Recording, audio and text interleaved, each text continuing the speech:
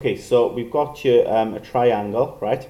And in part A, they're asking us to show that x satisfies that quadratic equation, and we've got to work out x. Now, we use the cosine rule, essentially, here. Okay, that's the way forward. When they give you all three sides here, cosine rule is the way forward. So that's the rule we sort of remember there, okay? Obviously, the letters can be different in the questions, so you might need to change this. The other way you could do it, rather than changing the letters in the formula, is just change the letters and the shape if you wanted to. So you could call that, if you wanted to angle A there, call that angle B. Okay, it's not the best way, but ultimately it sort of enables you to answer the question. Okay, and it makes it easy for us in terms of recalling the formula. So remember now, little a, little b, little c. Well, little a is opposite angle A. So if I call that my side A there, that will be little a.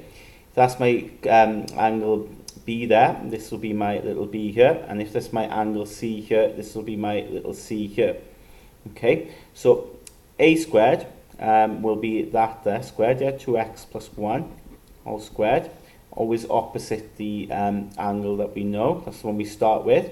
Equals to then little b, which is x plus 5 all squared, of course, plus then little c, which is x squared then, for c squared. Take away 2bc, so 2x plus 5, c, which is x, and then cos of the angle then, which is 60 degrees.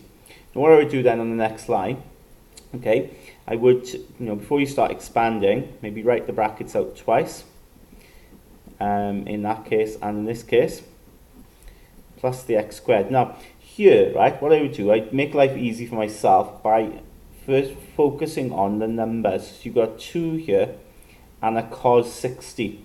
So because everything's been sort of times here, okay, I would leave the bracket as it is, right, with the x there, but I would times the numbers here. 2 times cos 60. And you know what, if you do that on your calculator, it just comes out as 1. Okay, because cos 60 is a half, so 2 times a half is 1. So the number in front is just going to be 1. There is a minus there, don't forget. But then you just got this here then, and maybe I'll write it so I've got the x in front. Okay, so let's expand this then. So I get 4x squared, plus then outers is 2x, inners is 2x, so that's 4x.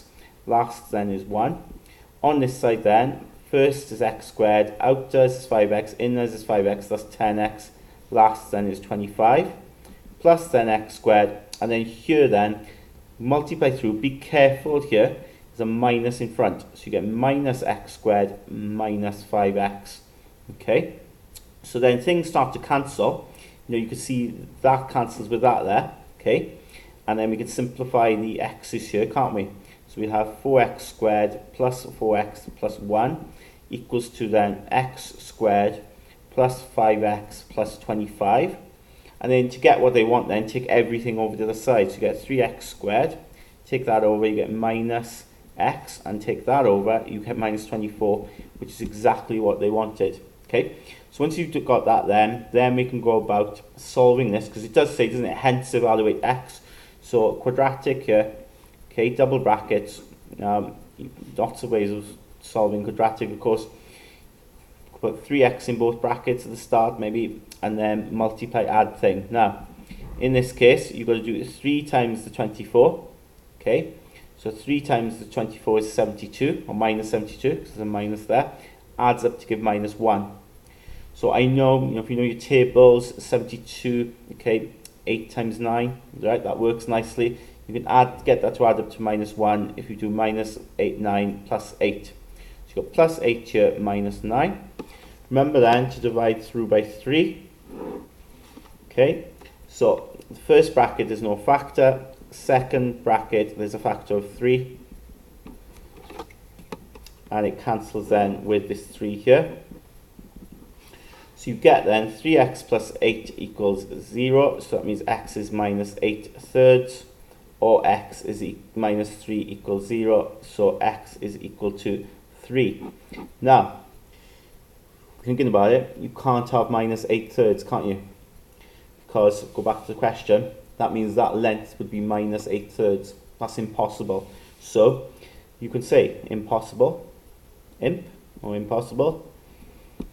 So therefore, x is equal to 3. Okay, fantastic. So if we then go on to part B, okay, it says then in part B, find the size of ACB, so this angle here. But remember now, we worked out x to be 3, so we know that's 3.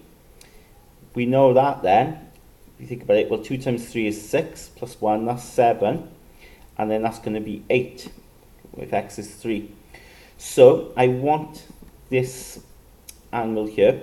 I know the side opposite it, but I also now have a pair that I know. I've got an all-knowing pair, I've got that angle, I've got that side. So what I can do now for B is I can use the sine rule. So sine of this angle C here, okay, over the side of it. Okay, so sine of the angle divided by the side opposite it, little c, which is 3. Okay, that will equal to then the pair that I know. So it'll be sine 60 over the side opposite it, which is 7. So to get then my angle, I'm just going to take that 3 up. Okay, take the 3 up there, so it'll be 3 times sine 60 over 7. And of course then to get C, I'm going to do all this in one go. To get the angle C, I'm going to take the sine over, do sine inverse of all of that. So we'll do all that in one go.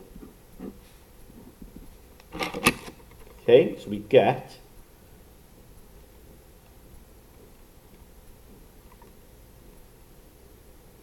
our answer to be 21.8 degrees. That's what I've got there. Rounded to 1 decimal place.